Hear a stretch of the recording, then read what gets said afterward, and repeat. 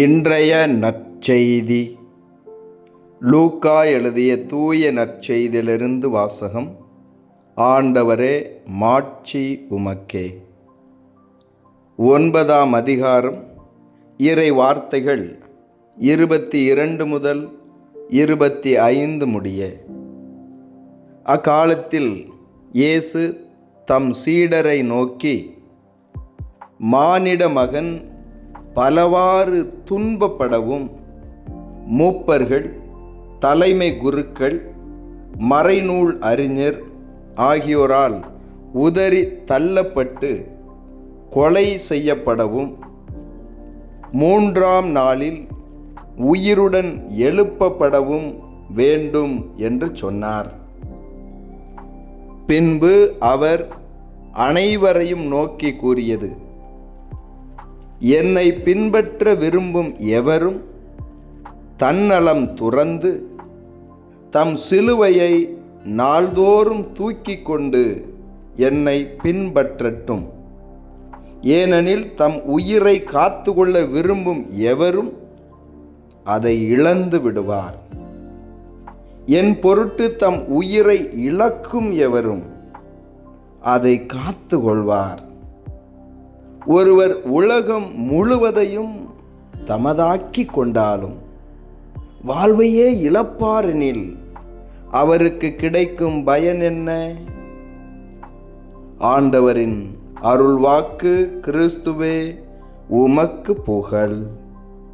என் ஆண்டவர் இயேசுவில் அன்பார்ந்த இறைமகன் கேத்தலிக் டிவி நேயர்களே, உங்கள் அனைவரையும் நம் ஆண்டவர் இயேசுவின் பெயரில் அன்போடு வாழ்த்துகிறேன். உங்கள் அனைவருக்காகவும் நான் திருப்பலி ஒப்பு கொடுத்து சிறப்பாக ஜெபம் செய்கிறேன். தவக்காலத்தில் நாம் பயணிக்கின்றோம். ஜெபம், நோன்பு, தர்மம் செய்தல் போன்ற காரியங்களின் வழியாக கடவுளுக்கு உகந்த பிள்ளைகளாக நாம் வாழ இந்த தவக்காலத்திலே முயற்சி செய்து வருகிறோம்.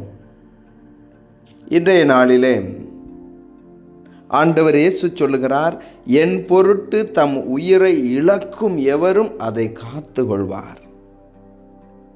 கடவுளுக்காக நாம் எதையெல்லாம் இழக்கிறோமோ அதையெல்லாம் பெற்றுக்கொள்ளுகிறோம்.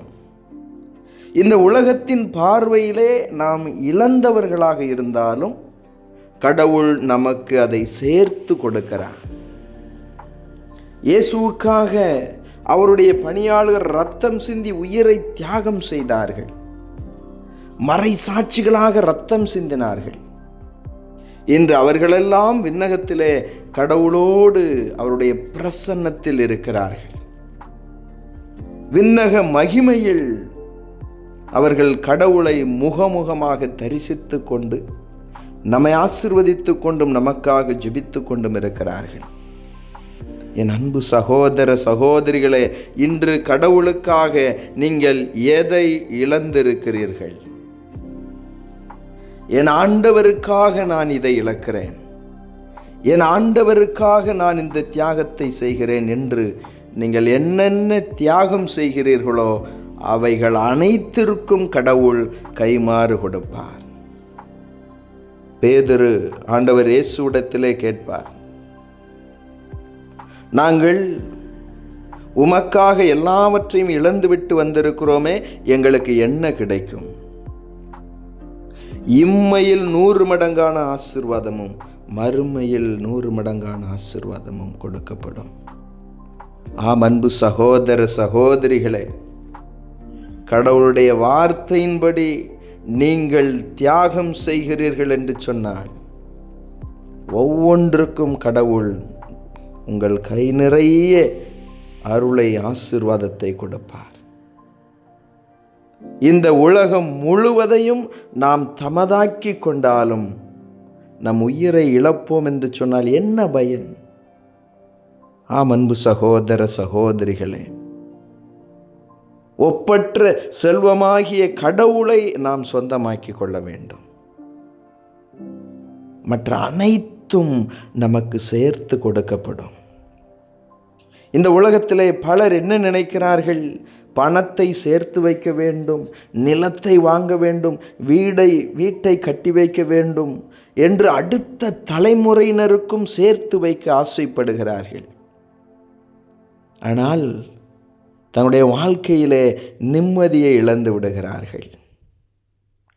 அமைதி இல்லை, நிறைவு இல்லை. பணம் இருக்கிறது, ஆனால் வாழ்க்கையிலே ஒரு வகையான திருப்தியும் அமைதியும் இல்லை. என் அன்பு சகோதர சகோதரிகளே, ஆண்டவர் இயேசு கிறிஸ்து இந்த உலக வாழ்க்கையிலே சிலுவையை சுமந்தார். அந்த துன்பத்தின் வழியாக மீட்பை கொண்டு வந்தார். நாம் பல நேரங்களிலே எல்லாம் நமக்கு நிரம்ப இருக்க வேண்டும், எந்த பிரச்சனையும் வரக்கூடாது, நிம்மதியாக இருக்க வேண்டும் என்று ஆசைப்பட்டு ஓடிக்கொண்டே இருக்கிறோம். என் அன்பு சகோதர சகோதரிகளே, உங்களுடைய நிம்மதி, உங்களுடைய அமைதி என்பது கடவுளிடத்தில் இருக்கிறது. உலகம் தர முடியாத அமைதியை, சமாதானத்தை கடவுள் ஒருவரே உங்களுக்கு கொடுக்க முடியும்.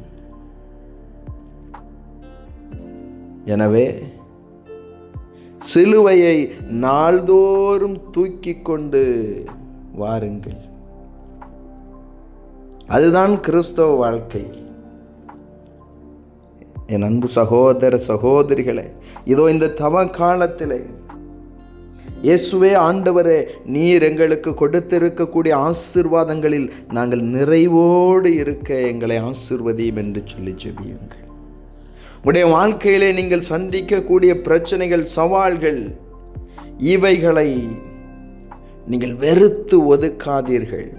இந்த துன்பத்தின் வழியாக, இந்த துயரத்தின் வழியாக நான் என்னையே கடவுளுக்கு உகந்த மகனாக மகளாக செதுக்கிக் கொள்வேன்.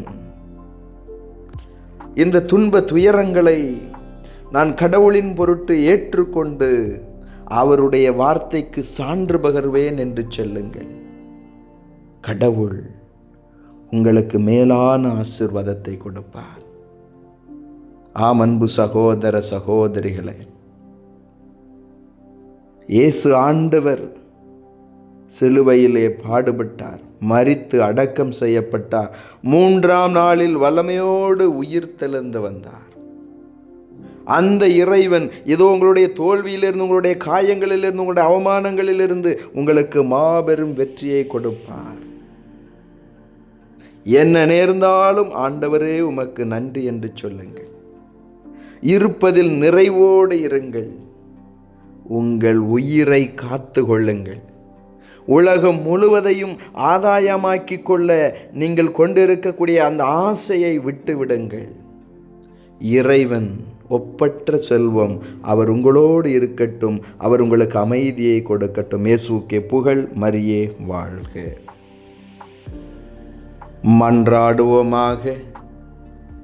சிலுவை பாடுகளின் வழியாக மீட்பை இந்த மண்ணுலகிற்கு கொண்டு வந்த இயேசு ஆண்டவரே, இந்த தவ காலத்தில் உம்மை போற்றி புகழ்ந்து உம்மை ஆராதிக்கிறோம், உமக்கு நன்றி செலுத்துகிறோம்.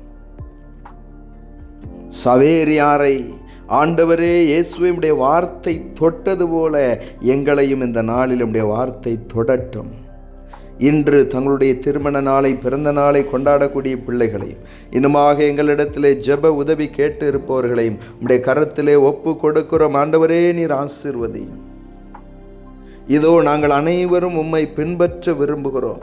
தன்னலம் துறந்து எங்களுடைய வாழ்க்கையின் சிலுவைகளை துணிவோடு சுமக்கக்கூடிய ஆர்வத்தை தாரும். இயேசுவே ஆண்டவரே, இதோ விபத்துகளினால், நோய்களினால் பாதிக்கப்பட்டு இருக்கக்கூடிய பிள்ளைகளை நீரே தொட்டு குணப்படுத்துவீராக. எங்கள் உழைப்பை நீர் ஆசீர்வதித்து தருவீராக. இதோ அரசு பொது தேர்வை எழுதக்கூடிய பிள்ளைகளை உடைய ஞானத்தினால் நிரப்பும். நல்ல உடல் உள்ள சுகத்தோடு இந்த பிள்ளைகள் தேர்வை எழுதி வெற்றி பெற ஆசீர்வதியும். ஆண்டவரே, இதோ நாங்கள் மனதில் நினைத்து ஜெபிக்கக்கூடிய எல்லா நன்மையான காரியங்களும் எங்களுக்கு கைகூடட்டும். எங்கள் பயணங்களில் எங்களோடு கூட இருந்து நீர் எங்களை பாதுகாப்பீராக. எங்கள் முயற்சிகளை ஆசீர்வதித்து தாரும் ஆண்டவரே. இன்று நாங்கள் எடுக்கக்கூடிய முடிவுகளை ஆசீர்வதிங்க இயேசுவே. ஆண்டவரே, உம்முடைய பிரசன்னம் முன்னும் பின்னும் இடமும் வலமுமாயிருந்து எங்களை பாதுகாக்கட்டும் ஆண்டவரே. இதோ இந்த நாளிலே நாங்கள் உமக்கு உகந்த பிள்ளைகளாக நல்லதொரு மனமாற்றத்தை பெற்றுக்கொள்ளும்படியாய் ஆசீர்வதியும். ஜெபம் செய்ய ஆர்வத்தை தாரும், நோன்பு இருக்க ஆர்வத்தை தாரும், தர்மம் செய்ய ஆர்வத்தை தாரும் ஆண்டவரே. இதோ இந்த நாளிலும் எங்கள் மத்தியிலே வாழ்ந்து இறந்து போன ஒவ்வொருவரையும் நினைத்து பார்க்கிறோம். இந்த ஆன்மாக்களுக்கு ஆண்டவரே நீரே உம்முடைய விண்ணக பேரின்ப வீட்டிலே இடம் கொடுப்பீராக. திருமணத்திற்காகவும் குழந்தை செல்வத்திற்காகவும் வேலை வாய்ப்பிற்காகவும் ஜெபிக்கக்கூடிய பிள்ளைகளை ஆசீர்வதி ஆண்டவரே. எத்தனையோ பெற்றோர்கள் தங்களுடைய பிள்ளைகளை குறித்து கவலையோடும் வேதனையோடும் கண்ணீரோடும் ஜெபித்து கொண்டிருக்கக்கூடிய வேளையில் அந்த பிள்ளைகளுடைய எதிர்கால வாழ்க்கை நீர் ஆசீர்வதித்து கொடுப்பீராக. வெளிநாடு செல்லவும் வீடு கட்டவும் நிலம் வாங்கவும் விரும்பக்கூடிய பிள்ளைகளுடைய முயற்சிகளை எல்லாம் ஆசீர்வதியும் ஆண்டவரே. இதோ இந்த அருளின் காலத்தில் எங்களுக்கு எதிராக குற்றம் செய்பவர்களை மன்னிக்கும் நல்ல மனதை தாரும். நாங்கள் சோர்ந்து போகாமல் என்னாலும் உமக்கு உகந்த பிள்ளைகளாய் இருந்து முயற்சி செய்யவும் பயிற்சி செய்யவும் எங்களுக்கு நீர் ஆர்வத்தை தாரும். பிறரை தீர்ப்பிடாமல் மன்னித்து ஏற்றுக்கொள்ளக்கூடிய மனப்பக்குவத்தை இந்த நாட்களிலே தாரும் ஆண்டவரே. நீரே எங்கள் ஒவ்வொருவரையும் ஆசீர்வதித்து உம்முடைய அருள் நலன்களால் எங்களை நிரப்பி வழிநடத்த வேண்டுமென்று உம்மை மன்றாடுகிறோம். ஆமேன். இறைவனுடைய எல்லா புனிதைகளே எங்களுக்காக வேண்டிக் கொள்ளுங்கள்.